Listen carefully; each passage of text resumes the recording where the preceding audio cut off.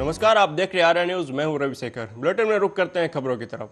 लोकसभा चुनाव में जीत मिलने के बाद एनडीए अब सरकार बनाने की ओर बढ़ रही है। शुक्रवार को राष्ट्रीय जनतांत्रिक गठबंधन ने सरकार बनाने का दावा पेश कर दिया और इसी के साथ राष्ट्रपति को समर्थक सांसदों की लिस्ट सौंपी है। नरेंद्र मोदी शाम 6 बजे राष्ट्रपति से मुलाकात की, जिसके बाद सामने आया कि 9 जून को शपथ ग्रहण की तारीख भी सामने आ गई है। नई सरकार का शपथ ग्रहण 9 जून को होगा। राष्ट्रपति शुक्रवार शाम को एनडीए के संसदीय दल के नेता को सरकार बनाने का न्योता देंगे। इसके बाद 9 जून को शपथ ग्रहण समारोह होना तय है। इससे पहले शुक्रवार को नई दिल्ली में एनडीए की संसदीय दल की बैठक भी हुई। इस बैठक के दौरान की जो तस्वीरें सामने आई हैं उसमें टीडीपी चीफ चंद्रबाबू नायडू और जदयू प्रमुख नीतीश कुमार पीएम मोदी के साथ दिख रहे हैं। इस बैठक के दौरान निवर्तमान पीएम मोदी को एनडीए गठबंधन दल का नेता चुन लिया गया और इसी के साथ एनडीए ने सरकार बनाने का दावा भी पेश कर दिया है।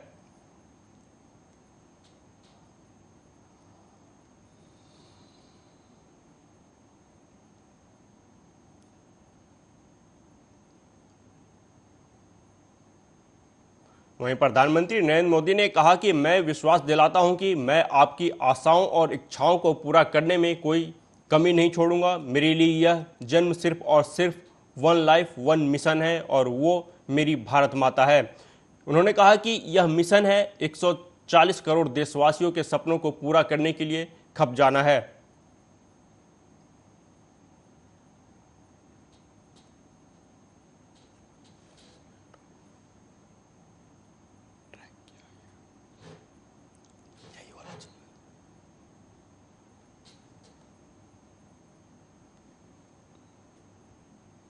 आप लोगों ने मुझ पर जो विश्वास जताया है, जो प्यार दिखाया है और जो समर्थन दिया है, वाकई मैं मानता हूं भारत के लोकतंत्र की एक बहुत बड़ी ताकत है।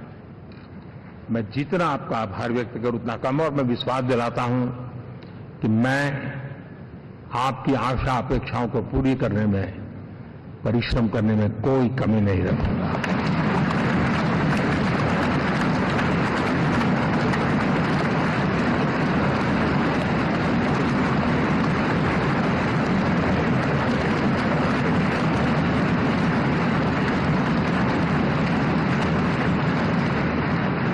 मेरे लिए जन्म सिर्फ और सिर्फ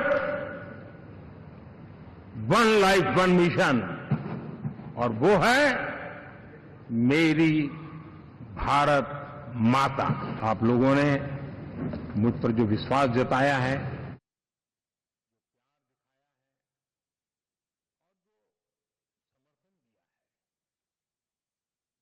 एनडीए की सरकार बनाने से पहले दिल्ली में एनडीए की घटक दलों की बैठक हुई। इस बैठक में सभी दलों के नेताओं ने बैठक को संबोधित किया। इस बैठक में बिहार के एनडीए का समर्थन देने वाली जेडीयू के नेता नीतीश कुमार भी शामिल हुए। नीतीश कुमार ने एनडीए के घटक दलों की बैठक में नरेंद्र मोदी को प्रधानमंत्री बनाए जाने का समर्थन किया।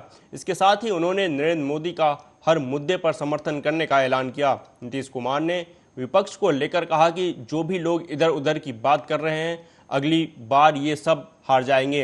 अपने भाषण में और क्या कुछ कहा उन्होंने, आप भी सुनिए।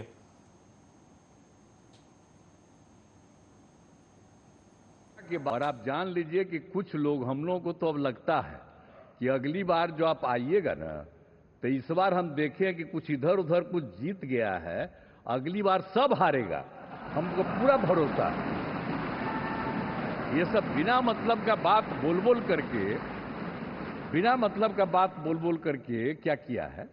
ये सब कोई काम किया है?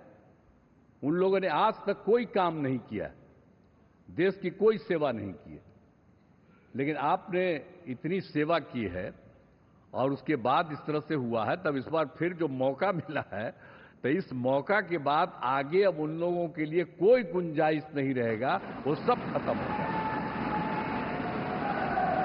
अब बिहार, आज देश बहुत आगे बढ़ेगा। अब बिहार का भी तो सब काम हो ही जाएगा। जो कुछ भी बचा हुआ है उसको ही कर देंगे सबसे पुराना इलाका है, तो इसीलिए हम लोग तो पूरे तौर पर हर तरह से जो आप चाहिएगा उस काम के लिए हम लोग लगे रहेंगे। वहीं बैठक के दौरान टीडीपी प्रमुख चंद्रबाबू नायडू ने कहा कि हम सभी को बधाई देते हैं, हमने शानदार बहुमत हासिल किया है।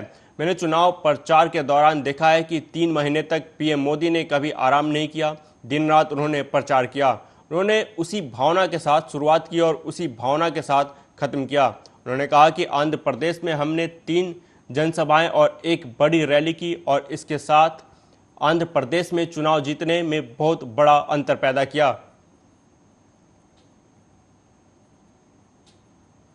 Union ministers, respected NDA partners, honorable MPs, first of all, we are congratulating all of you. We have won wonderful majority. I have seen for the election campaign. For the 3 months, Honorable PM never took any rest. Day and night, he had campaigned, same zeal. He started and ended same spirit. In Andhra Pradesh, we had 3 meetings, public meetings, 1 big rally. It had made a huge difference for winning the elections in Andhra Pradesh. Union ministers, respected.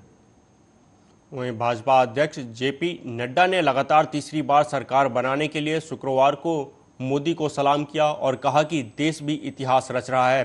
लगातार तीसरी बार नरेंद्र मोदी की देश में सरकार बनने जा रही है। उन्होंने कहा कि एनडीए संसदीय दल की बैठक में नड्डा ने कहा कि प्रधानमंत्री मोदी की लीडरशिप में भारत की सीमाओं और सुरक्षा को मजबूती मिली है। उन्होंने कहा कि अंतर्राष्ट्रीय स्तर पर भारत ने अलग पहचान बनाई है, बुनियादी ढांचे को आगे बढ़ाया और गांवों को बेहतर किया है।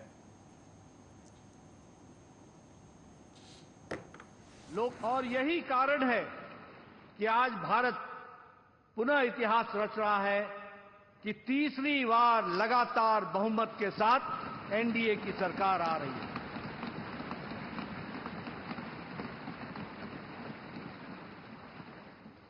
मैं इस घड़ी में इस बात का भी उल्लेख करना चाहता हूं कि जहां हमने लोकसभा में एनडीए ने बहुमत हासिल की और तीसरी बार लगातार, वहीं हमने उड़ीसा में भी अपनी विचारधारा की सरकार बनाई और वहां भी हमें सफलता मिली।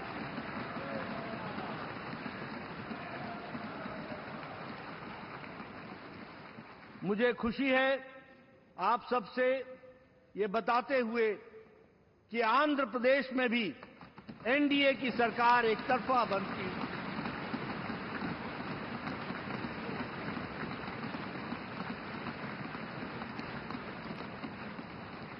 और अरुणाचल प्रदेश में लगातार तीसरी बार भी हमने अपनी सरकार बनाई और यही कारण है। वहीं केंद्रीय गृह मंत्री अमित शाह ने कहा कि अभी रक्षा मंत्री राजनाथ सिंह ने लोकसभा सदन के नेता, भाजपा राष्ट्रीय दल के नेता और एनडीए संसदीय दल के नेता के रूप में नरेंद्र मोदी के नाम का प्रस्ताव रखा है। इसका मैं समर्थन करता हूं। उन्होंने कहा कि यह प्रस्ताव 140 करोड़ की देश की जनता के मन का प्रतिघोष है।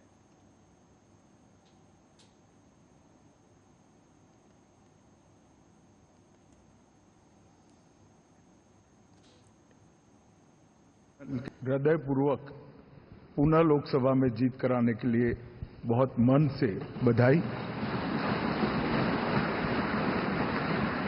अभी अभी देश के रक्षा मंत्री जी ने लोकसभा सदन के नेता, भारतीय जनता पार्टी संसदीय दल के नेता और एनडीए संसदीय दल के नेता के रूप में श्रीमान नरेंद्र मोदी जी के नाम का प्रस्ताव रखा है। इसका मैं मन से समर्थन करता हूं। साथियों, ये प्रस्ताव सिर्फ हम सब बैठे हुए चंद लोगों के मन की इच्छा नहीं, यहां बैठे हुए एनडीए के घटक दलों की एक सर्वसम्मत इच्छा भी नहीं है। ये प्रस्ताव 100 मोदी को लोकसभा चुनाव में वाराणसी लोकसभा सीट से जीत हासिल करने के लिए जीत का प्रमाण पत्र सौंपा गया। वाराणसी के एक भाजपा प्रतिनिधि मंडल ने नई दिल्ली में प्रधानमंत्री नरेंद्र मोदी को 2024 लोकसभा जीत का प्रमाण पत्र सौंपा। प्रतिनिधि मंडल के सदस्य पीएम नरेंद्र मोदी को प्रमाण पत्र सौंपने के लिए वाराणसी से नई दिल्ली पहुंचे थे। भाजपा के प्रेस विज्ञप्ति के अनुसार कहा गया कि वाराणसी संसदीय क्षेत्र से जीत हासिल करने के बाद प्रधानमंत्री नरेंद्र मोदी ने गुरुवार शाम काशी के लोगों से पहली मुलाकात की। इस दौरान वह भावुक हो गए। वहीं दिल्ली पहुंचने पर वाराणसी के बीजेपी नेताओं ने उन्हें जीत का प्रमाण पत्र दिया।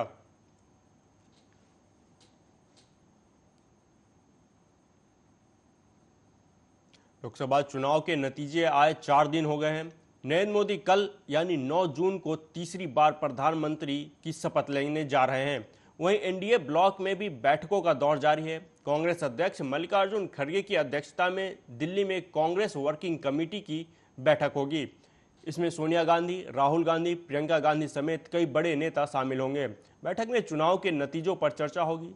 शाम 5:30 बजे संसद के सेंट्रल हॉल में कांग्रेस के लोकसभा और राज्यसभा सांसदों की बैठक भी होगी। इसके बाद कांग्रेस अध्यक्ष मल्लिकार्जुन खड़गे पार्टी नेताओं को डिनर भी देंगे। वहीं समाजवादी पार्टी की भी बैठक होनी है। इसमें पार्टी अध्यक्ष अखिलेश यादव अपने नए सांसदों से मुलाकात करेंगे।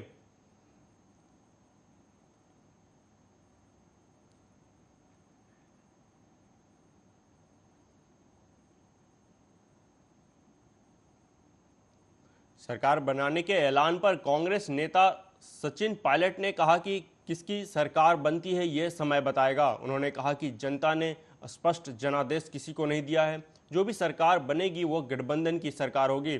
सचिन पायलट ने कहा कि संख्या बल दोगुना हुआ है और जनादेश भाजपा के खिलाफ था।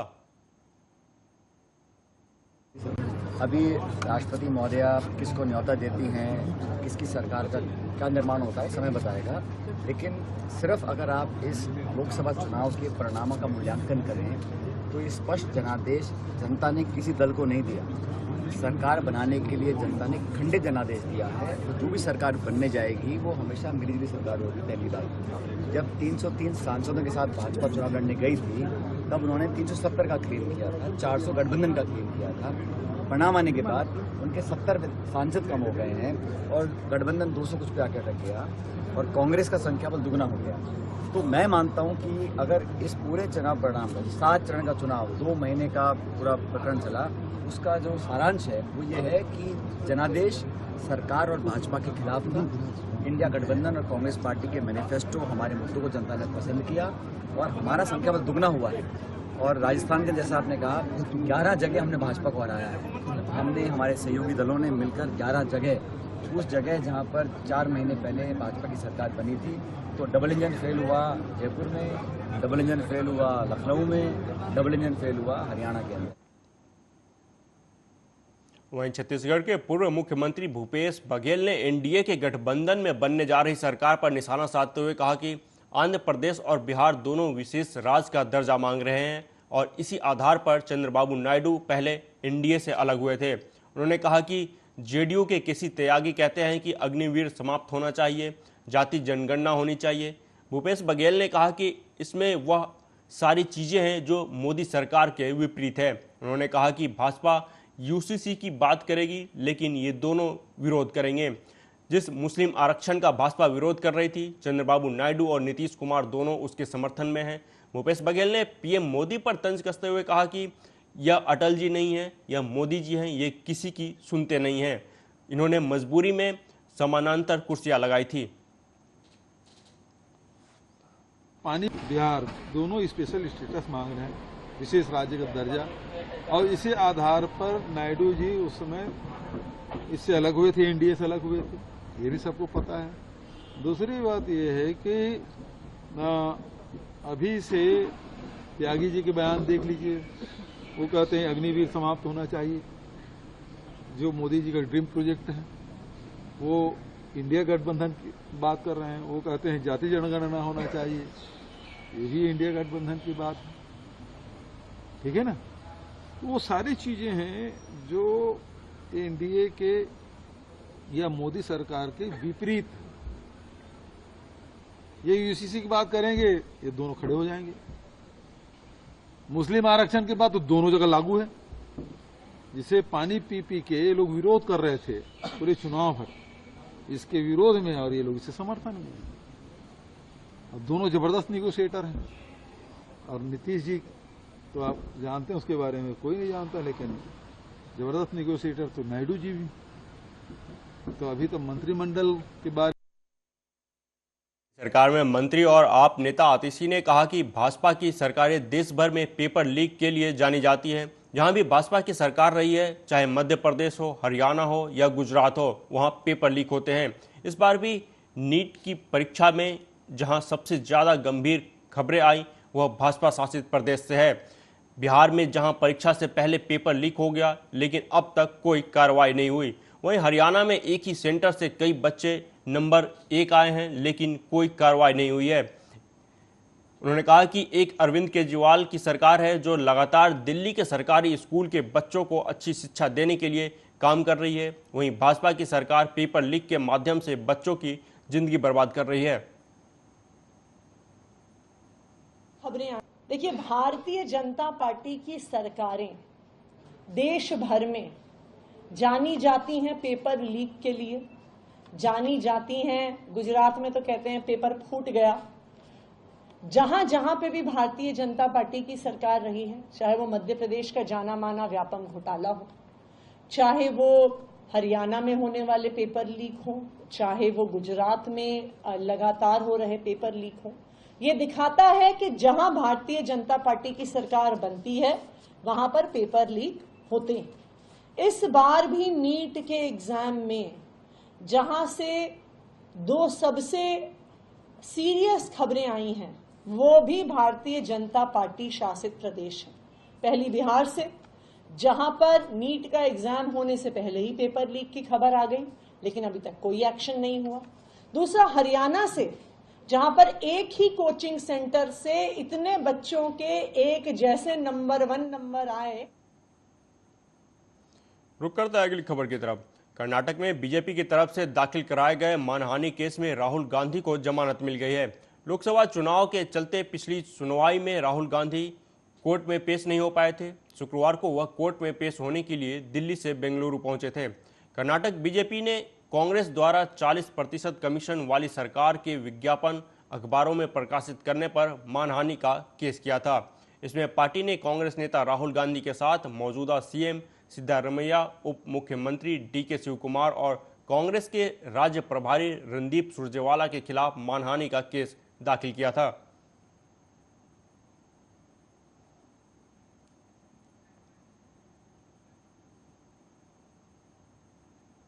हरियाणा के मुख्यमंत्री नायब सिंह सैनी ने कहा कि मैं नरेंद्र मोदी जी को तीसरी बार एनडीए के संसदीय दल के नेता के रूप में चुने जाने के लिए बधाई देता हूं। यह देश के लिए सौभाग्य की बात है कि पीएम मोदी के नेतृत्व में देश और ऊंचाइयों को छुएगा। पीएम मोदी के पास एक विजन है जिसका पूरे देश को लाभ मिलेगा। उन्होंने कहा कि आज हरियाणा अंत्योदय परिवहन योजना यानी हैप्पी योजना का लाभ उन परिवारों को मिल रहा है जिनकी आय 1 लाख से कम है। हरियाणा में लगभग 23 लाख परिवार ऐसे हैं जिनको इसका लाभ मिलेगा।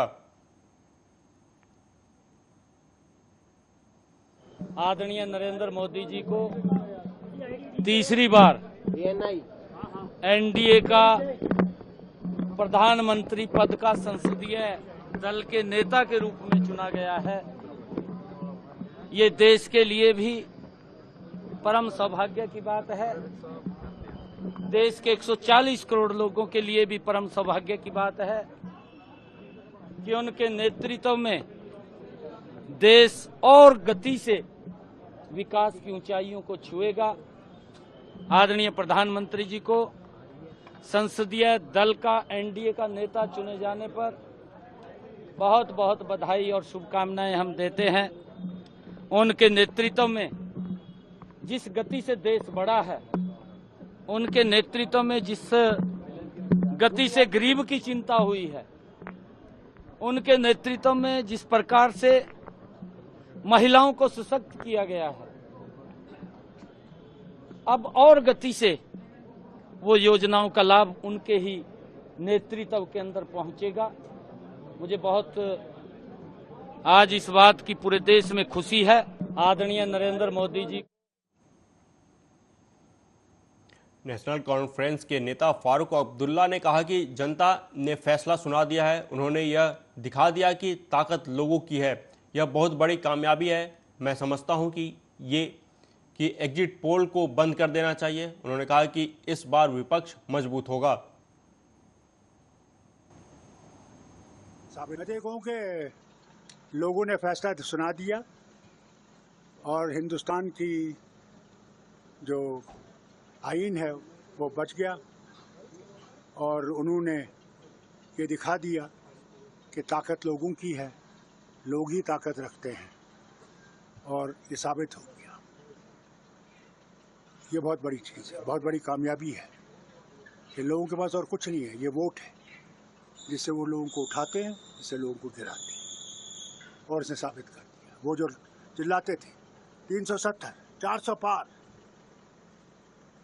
मैं समझता हूँ ये जो एग्जिट पोल वगैरह है इसको बंद कर देना चाहिए। उनको अपने ठेके बंद कर देने चाहिए और लोगों से माफ़ी मांगनी चाहिए कि उन्हें गलत फहमियाँ लोगों में पैदा की।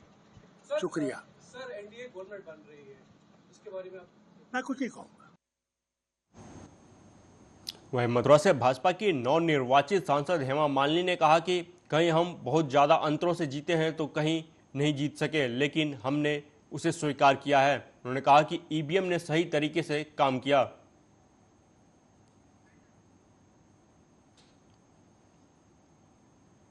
फिलहाल इस बुलेटिन में अभी तक के लिए इतना ही। देश दुनिया की तमाम खबरों के लिए देखते रहिए आर्या न्यूज़। नमस्कार।